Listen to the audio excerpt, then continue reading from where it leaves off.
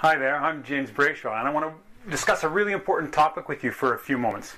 The question I want to ask today is, why doesn't prayer work to stop Satan and his demons?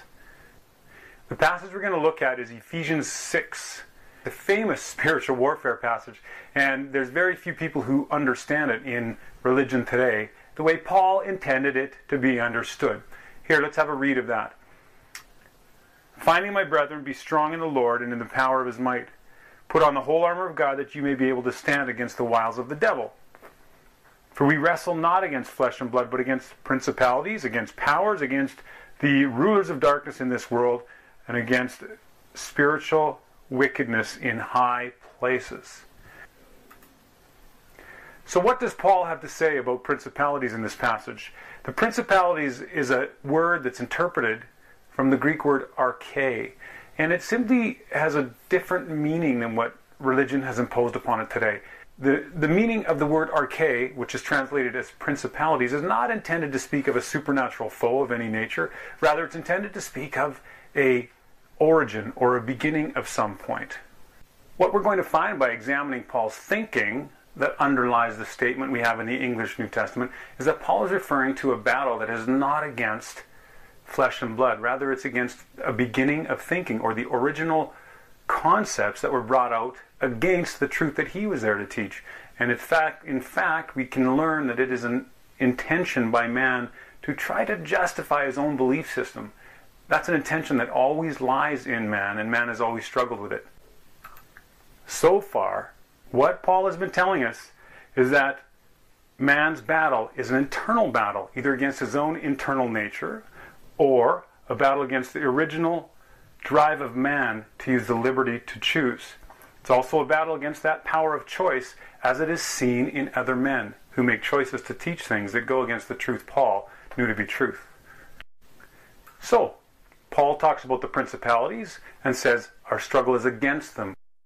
One of the very interesting challenges we have when looking at Paul's meaning in this famous spiritual warfare passage is to find out what the word powers meant to him. If we look at some of his other words where he writes to Titus, we find Paul was referring to the principalities and powers as something we need to subject ourselves to, as opposed to something that's supernatural in nature and we need to fight against.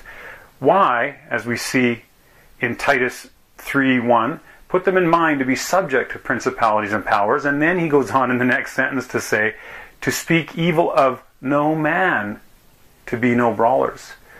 Quite interesting. Here, Paul says, be subject to principalities and powers, whereas in the special Ephesians 6 passage, thought to be about supernatural spiritual warfare, he's saying our battle is against the principalities and powers, but not against flesh and blood. So is our battle against a cosmic entity, or is it against a human being, or is it against a philosophy, an underlying mode of thought, a collective consciousness, a worldview, so to speak, that was prevalent in the period Paul was teaching in?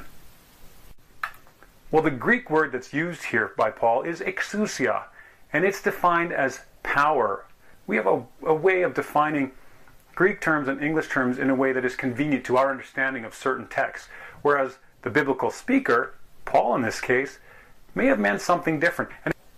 And if we look at the definition of exousia, we find it means man's power of choice or liberty of doing as one pleases. Very clearly now, we're finding that Paul was speaking about principalities and powers as something we do battle against, which is a thinking that's found in man, and man's power to choose. The power that we have of the liberty to choose is one of the things we're struggling against. So, is Paul trying to say there are external cosmic forces at war against us? Definitely not.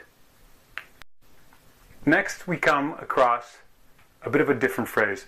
Paul then tells us, for we wrestle not against flesh and blood, but against principalities and powers, which we know to be men, and against the rulers of the darkness of this world. We found in Titus 3 that Paul told us to be subject to principalities and powers, and we see the terms, in fact, can refer to human beings, to men, and the philosophies they maintain. What we find next is that we're also battling against the rulers of darkness of this world. Again, in much of Charismatica and Christianity, we find that the rulers of darkness of this world is thought to be supernatural demonic entities are presently ruling over this world. but I think we can find that to even be referring to something more physically related to humanity. Now, the area of Ephesus wherein Paul was speaking, teaching, writing to, we find that the people in that region were really ignorant of divine things in a lot of ways. Let me rephrase that. They had lots of belief about divine and supernatural things, yet they were ignorant about the divine things Paul was trying to instruct them on. He referred to them as people of darkened sight. So what then is the real struggle? If we think of the real struggle as an instance where someone is trying to teach another person a very important topic or concept or idea, and that person just won't get it, they are blinded to getting that. They are battling against that. That is the struggle. The darkness of this world is the deeply entrenched and erroneous false doctrines and lies people are subject to. Those who propagate and pontificate these false doctrines, now those are the rulers of darkness of this world, because they really rule over the blindness that people are subject to. What then is the spiritual wickedness in heavenly places? And that's how we see it in the English. If we read the word heavenly in the Greek, it can also be translated as high. Some very interesting stuff about the high places that Paul knew about when he was hanging around Ephesus.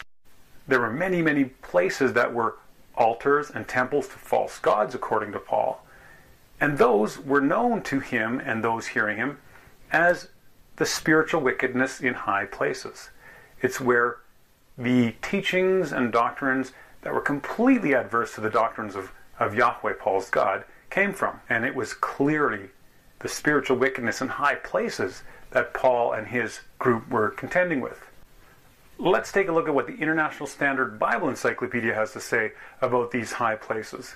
I assure you, it's different than what we've been taught they are in common spiritual warfare circles. The high places are places of worship, specifically of idolatrous worship. So, the title was transferred from the elevation to the sanctuary on the elevation. And it goes on to say, this came to be used of any idolatrous shrine, whether constructed on an elevation or not. So the high places in the cities could have stood anywhere. This is the spiritual wickedness in high places we find Paul telling us is one of our battles. Now, when we look at this passage, there are a number of things we need to remember as we try to understand what was the spiritual warfare passage about, if it's not about a supernatural cosmic entity and his minions that we're supposed to be doing battle against. We find the things to remember when reading this passage are, first of all, the wiles of the devil are the false teachings of the men who run anti-God religions. Next, the battle that's going on against philosophies and beliefs is not against flesh and blood. It's against principalities, which principalities are the political religious leaders such as a magistrate would be, as we found in Titus chapter 3. And then the powers that we're also doing battle against is really the word exousia in Greek, and it refers to man's power of choice and the propensity to choose false teachings. The rulers of darkness, we can remember those to be the men who have a darkened sight when dealing with truths. They're incapable of seeing the truth and therefore forcefully guide the consciousness of this world by their errors, which they cannot themselves see are errors. And finally, in a heavily paganized Ephesian environment, the battle was often against the false and unscriptural teaching that came from the pagan high places and the men who ran them.